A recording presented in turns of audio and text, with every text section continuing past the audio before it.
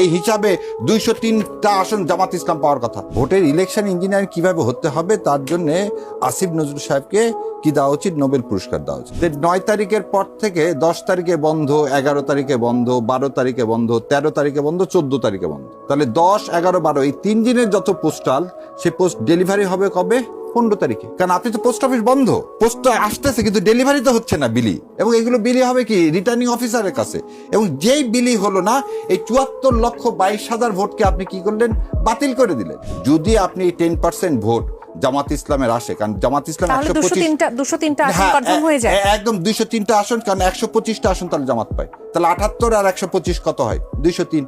গত 15 বছরে যে আমলারা ছিল তাদেরকে দিয়ে তো আপনি ভোট করলেন, অন্য কাউকে দিয়ে তার ভোট করেননি। আর প্রথম কথা হলো এখানে রেজওয়ানা আপা, মানে উনি যেহেতু লয়ার সেজন্য বলতেছি যে উনি যেভাবে বলছেন উগ্রবাদ, বা আমি এটা বুঝি উগ্রবাদ কোনোটাই সমর্থনযোগ্য না। কিন্তু ভোটের মাঠে তো মানুষ ভোট দিবে, যাকে পছন্দ করবে দিবে, যাকে পছন্দ করবে না দিবে না। এবং আপার কথাটাকে যদি টুইস্টও করা হয়, আবার বলে দিচ্ছি, তার কথাটাকে টুইস্টও করা হয়, কিন্তু এটা তো সত্যি তিনি বলছেন যে দেয়ার ইজ সাম মেকানিজম। এদের ভাই বললেন যে দুইজনের কথা না। আমি ওই